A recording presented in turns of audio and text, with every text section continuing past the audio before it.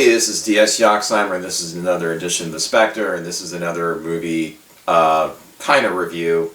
I guess I would call it a review because I just saw it last night. I went to go see Dark Phoenix finally, which sometimes, like, when I go, if I'm going to go see a movie in a theater, like, if people say really good things about it, I want to go see it. If people say really bad things about it, I kind of want to go see it. But if it's sort of in the middle and blah, I just, usually wait to see it on Netflix or something.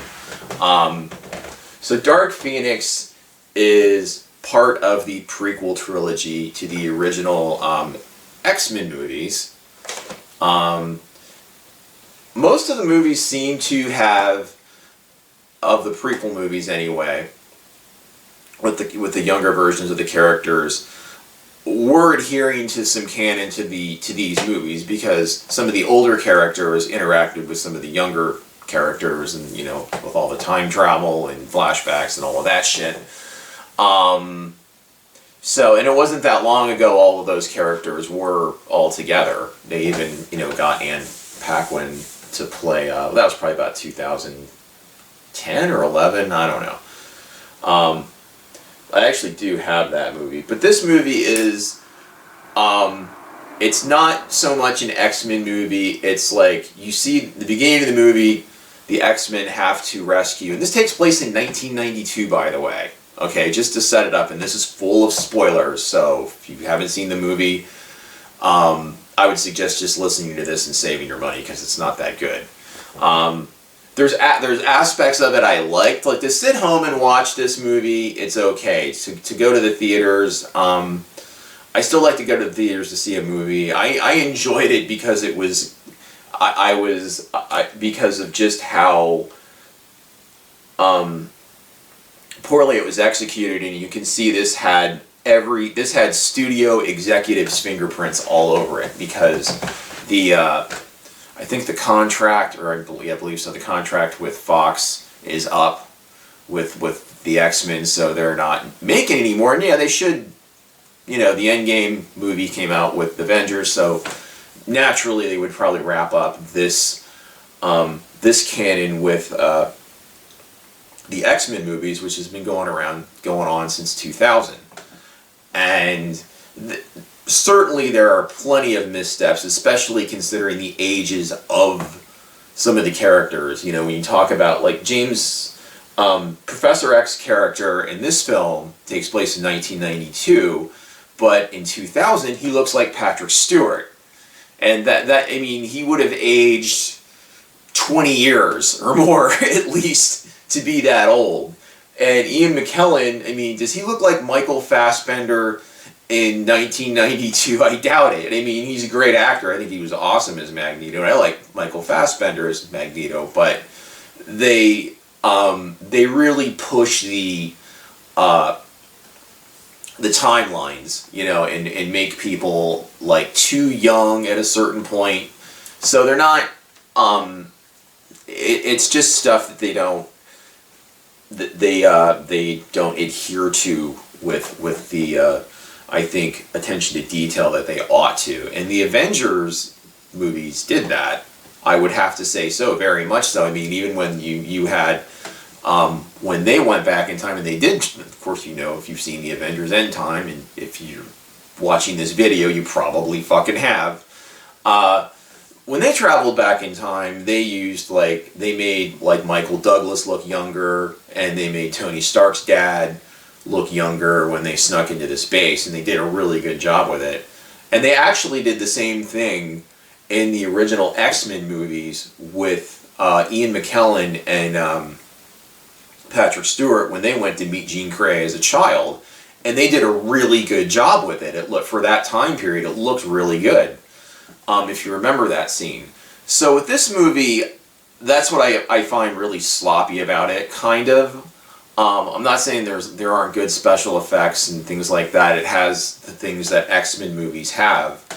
But the big, for this movie to take place before 2000, the characters that were alive in 2000, and they still would be alive, are Mystique, and she got killed. She got impaled on like a piece of fucking wood by Jean Grey, who became Phoenix. So, and she became Phoenix because they went to, I think I just mentioned, they went up to rescue a space shuttle. In the, I think they called the Blackbird or something. But anyway, the X-Men, the specialized jet transport that which it couldn't go into space in the other movies.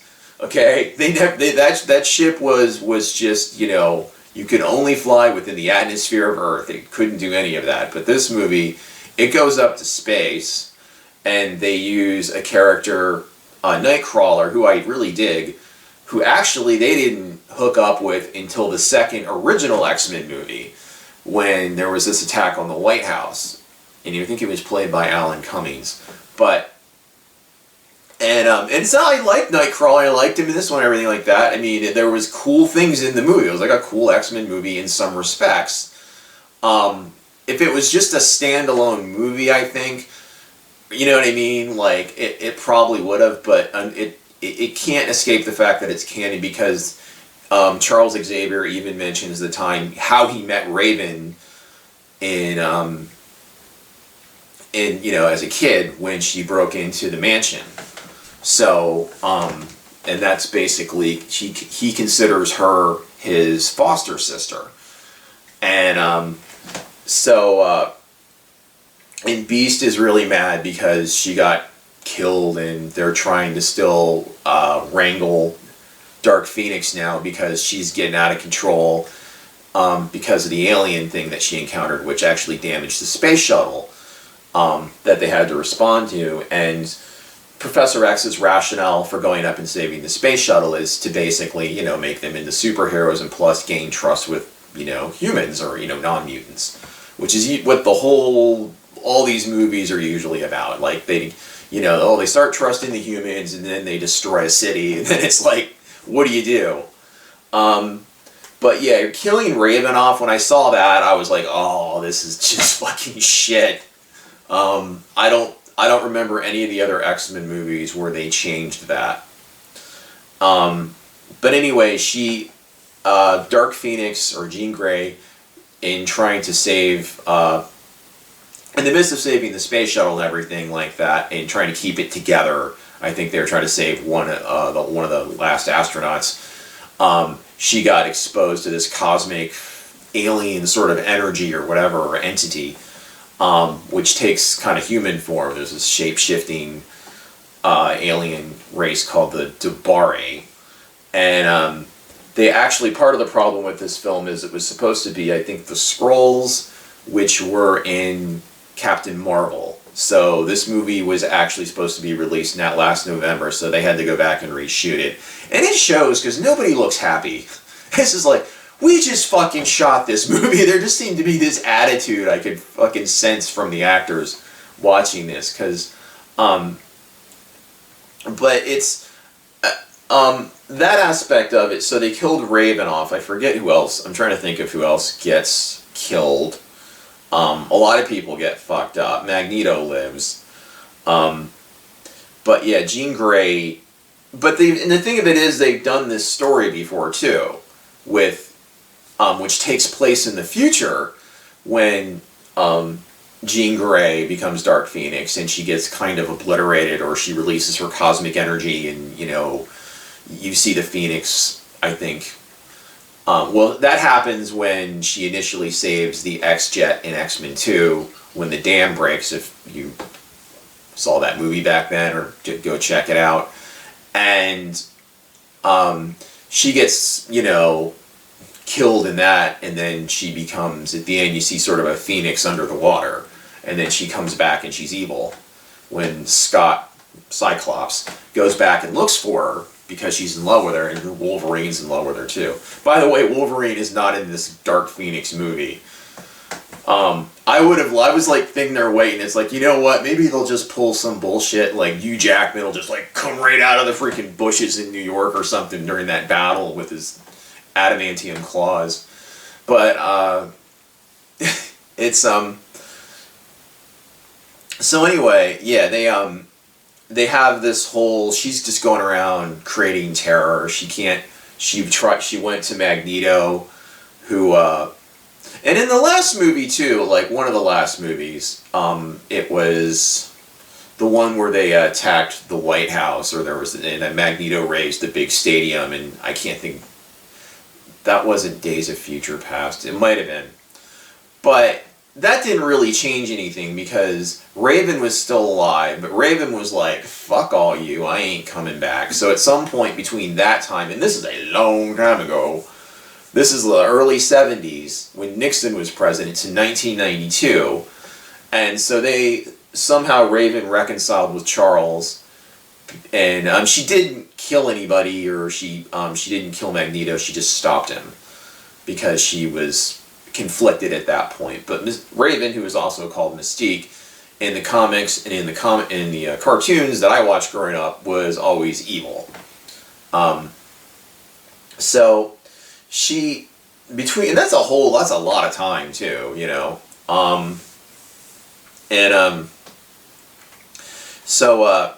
Anyway, aside from that, yeah, this movie's really like, it's got some cool action sequences, like that's basically what I was expecting to see. But I thought it would at least adhere to canon, and there would be you can't really have it if you're doing the Dark Phoenix storyline though years before it actually takes place, you know, in the, you know, other movie timeline, which is supposed to be this movie timeline. So they just basically decided we're going to forget about it, use the same actors, make references to the old movies, yet ignore a lot of other shit. And that doesn't really make much sense to me, but I certainly wouldn't make a movie that way. But when I guess when all the executives are sitting in the big room and they decide, you know what, this is what we need to do with this movie, we got to reshoot this because that aliens were used in Captain Marvel and we can't do that, and this, that, and the other. I don't really think they should have made a Dark Phoenix movie. They could have made another X-Men prequel movie and marry that up to 2000. And just kind of, and do it in a cool way. I'm not just saying, you know, like just go through the motions and whatever in full circle, but it just didn't make any sense to have this Dark Phoenix storyline now. I know they were probably trying to redo it because the X-Men 3 sucked. I guess a lot of people didn't like it. They didn't like that version of Darkseid. I thought she did a great job. Her name's Fromig Jansen. I can't pronounce her name right. I just have to look at the back of this. But she, if I pronounce it properly, she has an exotic kind of name. But she did a really good job as Jean Grey, and I like Sophie Turner as Jean Grey. I think she was really good in it. As Dark Phoenix, I thought the scenes were cool with her in it.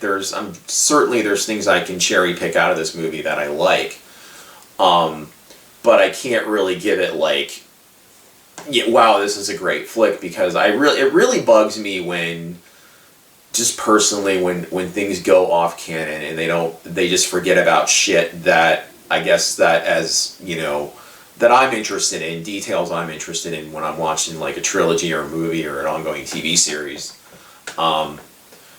That's pretty much my biggest, obvious problem, and I think audiences and critics have the same problem with this movie, because I went to go see it last night and there was fucking nobody there. I think 2 other people slipped in, and I think just as the credits rolled, they were gone. I don't know if they left before the movie ended.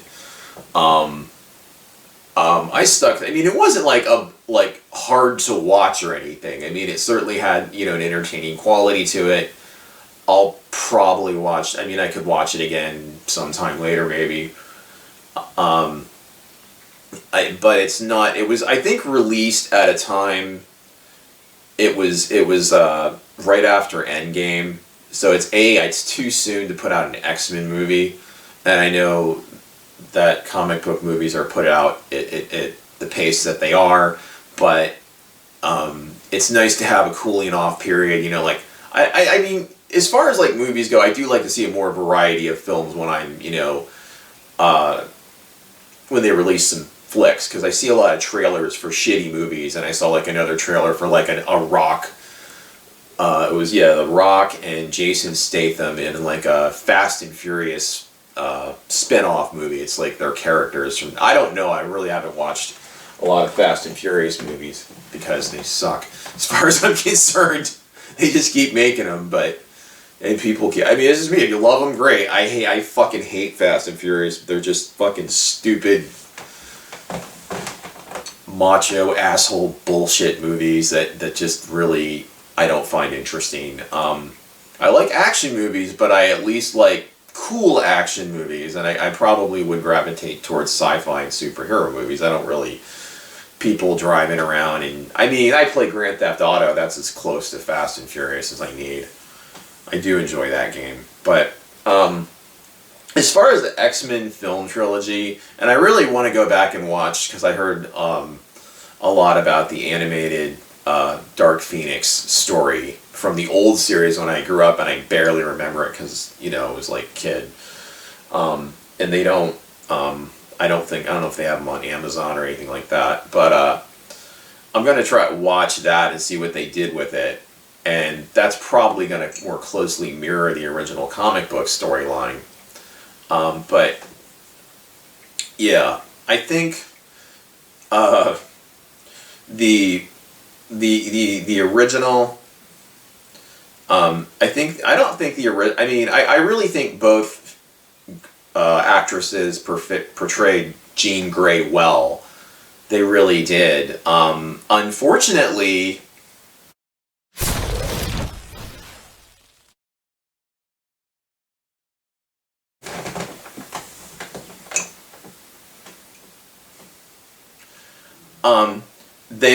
They didn't really consult with maybe any comic book writers or people like that who worked on these comics to guide the story a little bit and act as consultants. I think they would really help with these movies, and they would have had a real, they might have even had another hit on their hands, like at least, you know, a fairly successful movie that they could, like, hey, look, you know, Marvel hit another one out of the park type of thing, but they seldom do. I mean, maybe they do, I don't know.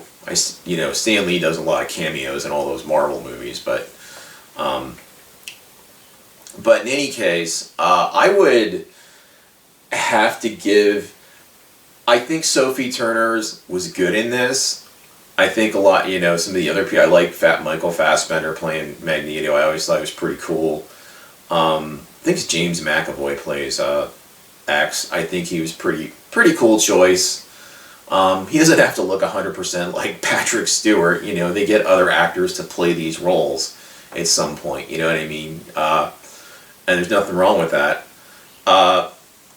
I think the timeline is a little truncated between 1992 and 2000 when these movies started, but basically that's it didn't make any sense. But I think a lot of it is I saw those movies about 20 years ago, and younger people going into those movies, they might have seen them here and there. They might go back and watch them and shit like that, and take them apart on YouTube like I'm doing right now. But that's basically what it is. I mean, I wouldn't expect a comic book sort of movie franchise canon to maintain its integrity over 2 decades. Marvel's The Avengers did it over about 10 years, roughly here or so, and they did a good job, but there's holes, yeah, definitely. There's trying to think what holes are in the Avengers. There's so many. There's 22 fucking Avengers movies. I would have to go and research it. But there's little holes. There's things that they leave out, and just things like, oh, what's going on with Pepper now? Pepper hasn't been in this whole movie. That's his wife or girlfriend. That's Tony Stark. So sort of, and then they brought her back towards the end. I think the last couple movies, and they had her coming, I think, popping back in, I think, just to basically keep those movies light, to sort of contrast a lot of the dark plot line that was happening at the end of the franchise there. So, which was a good move, because I think that worked for it. I think Gwyneth Paltrow and Robert Downey Jr. have pretty good chemistry as a couple, you know, in a lot of ways. In those movies, with the little screen time that they shared in the movies after, like, the Iron Man movies. But that's really all I really can say about Dark Phoenix. For what its flaws are, I think Sophie Turner did a fucking good job. You know, she was really, that's the one thing when I was watching this movie, like, I forgot the movie sucked when she was doing her thing. And she was fucking shit up, and, like, the confrontation. Here's the positives, I will say. The confrontation between her and Magneto were cool. I did, you know, it's a watchable flick, but it's not a good movie. It's not a well put together movie, and it really didn't honor the canon of all the movies, and I think it's important to do that. To sort of, if you're gonna end the story and try to, like, bring some closure to whatever, you know, to it all. It's something to do because it, overall, as a trilogy, as all these movies that have been made, all the X-Men movies have been made, it's gonna kind of hurt all of them when you have a movie that veers so far off course and just says, like, hey, can we just kill Mystique in this one in, like, the first 20 minutes? Like, you know, and the other thing with her getting killed, I don't think she would have let herself get killed. She would probably drop kick Phoenix in a moment when she just got her off, you know, when she lets her guard down or something. I don't think her getting killed, like, on, like, looks like she got impaled on like a busted up, like, freight skid. You know what I mean? And she's this powerful shape-shifting mutant who can kick ass, and she, you know, she doesn't really age, and she has all these. I kind of thought she was going to survive because I thought she had, like, a healing. For some reason, I thought she might have had a healing factor like Wolverine, but I remembered that when Wolverine did stab her with his claws, she still retained the scar, no matter who she shifted into. She still had the scars on her lower abdomen. But anyway, that's just some little note. So. What I've learned is that Mystique from X-Men does not have a healing factor. That is what I've, you know, learned from the X-Men trilogy, and at least they kept that consistent.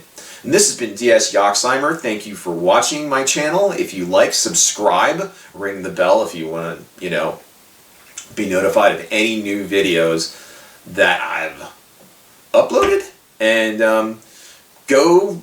If it's a rainy, dreary day like today, go to the cheapest theater you can find, like one of those mom and pop ones, and go see Dark Phoenix.